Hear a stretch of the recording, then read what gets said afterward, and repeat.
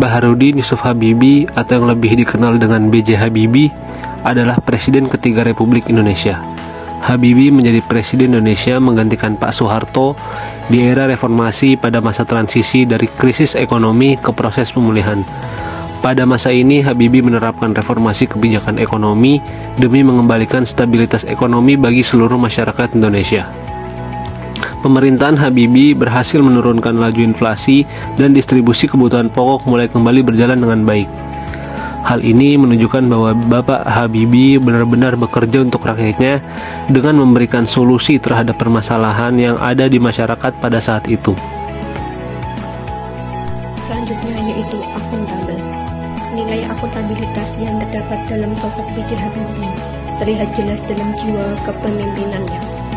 Perilaku jujur yang ada dalam diri beliau dapat dibuktikan ketika B.J. Habibie ditunjuk dan dipercaya oleh Soeharto sebagai pemimpin ISMI atau Ikatan Cendekiawan Muslim Indonesia. Sikap akuntabilitas juga terlihat jelas dari sikap netralnya saat menjalankan pemerintahan. Pengambilan keputusannya ketika menjabat sebagai presiden dilakukan atas dasar naluri, bukan kalkulasi politik.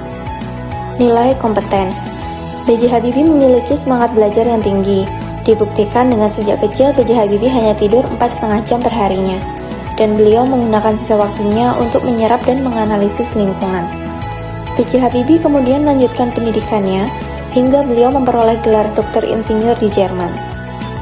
Dengan kompetensinya yang sangat mumpuni, B.J. Habibie berkontribusi membangun negeri dalam rangka mencapai cita-cita bangsa dengan membuat pesawat pertama di Indonesia yang kemudian diberi nama N250. Nilai harmonis ditunjukkan dengan sikap toleran dan empati terhadap seluruh lapisan masyarakat, dan hal ini dibuktikan dengan beliau menerbitkan impres yang berisi menghilangkan diskriminasi terhadap etnis Tionghoa.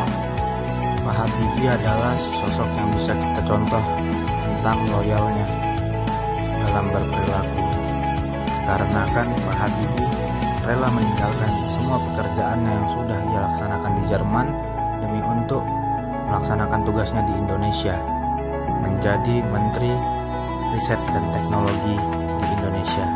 Dan juga kita bisa mencontoh tentang loyalitasnya kepada istrinya tercinta, yaitu Ibu Ainun.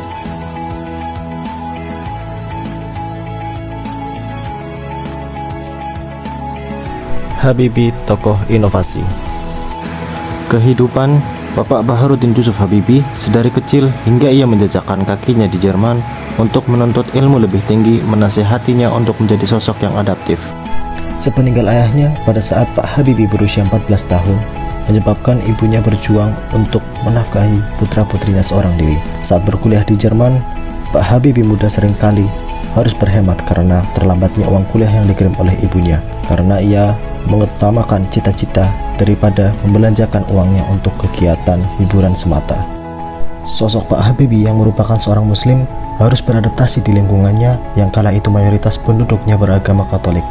Dari kisah singkat tersebut dapat diketahui bahwa seorang Baharudin Yusuf Habibie adalah sosok yang adaptif, sehingga beliau selalu bisa untuk berkembang kapanpun dan dimanapun ia berada. Kolaborasi IPTEK dan IMTAK. Pak Habibie dikenal sebagai seorang jenius dengan kemampuannya mendesain pesawat terbang setelah menuntut ilmu hingga ke Jerman. Setidaknya ada 3 pesawat yang diciptakan oleh Pak Baharudin Yusuf Habibie. Oleh karena itu, ia dikenal sebagai sosok yang tenar dalam ilmu pengetahuan dan teknologi atau IPTEK.